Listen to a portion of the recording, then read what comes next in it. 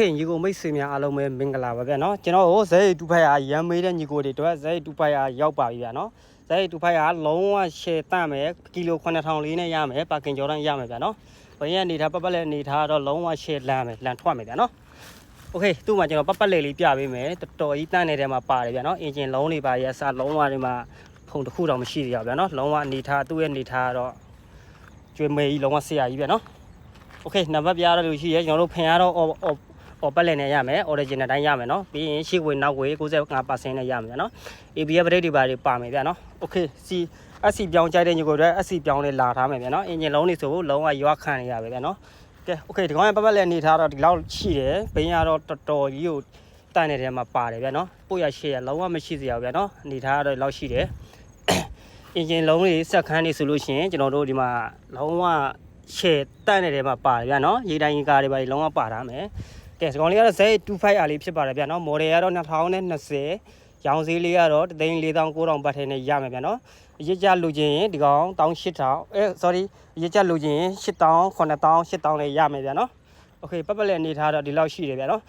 ဒီကောင်ရင်ကျွန်တော်ကီလိုလေးတွေပြပေးမယ်နော်ဘယ်ကတိုင်ခွက်လုံးဝအေဒါလုံးဝကင်းရမယ်ဗျာနော်တိုင်ခွက်အနေထားလောက်ရှိမယ် Okay ကီလိုဆိုလို့ရှိရင်ကျွန်တော်တို့ဒီမှာ9900လေးပဲရှိသေးတယ်ဗျာနော်လုံးဝပါကင်ကျော်တိုင်းကိုတန့်မယ်ဗျာနော်အနာစာလုံးဝမရှိဘူးဗျာနော်ပို့ရရှေ့ရတွေလုံးဝမရှိစရာဘူးကျွန်တော်အာမခံပြီးရောင်းပေးတယ်ဗျာနော်သူအနေထားတော့တော်တော်ကြီးတန့်တယ်ဗျာနော် Okay ဆက်တန်လေးတစ်ချက်ပေးနှထောင်မယ်ဗျာနော်စက်တက်လုံးဝတောက်ဝီးဗျာနော်အထီတိုးလေးဗျာနော်စက်တန်အနေထားလုံးဝရှေ့အန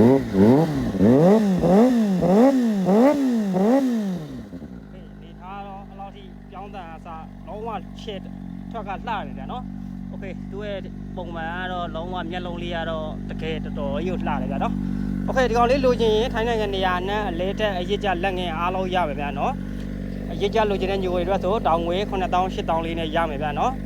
လက်ငယ်လိုချင်တဲ့ညီကိုတွေအတွက်ဆိုရင်349,000ဘတ်ထဲနဲ့ရမယ်ဗျာနော် short တင်လက်ငယ်ဆိုရင် short တင်ရှိမယ်ဗျာနော် Okay ဒါအဇိုက်2500လေးဗျာနော်လုံးဝ share ကြိုက်တဲ့ညီကိုတွေအတွက်အဇိုက်2500လေး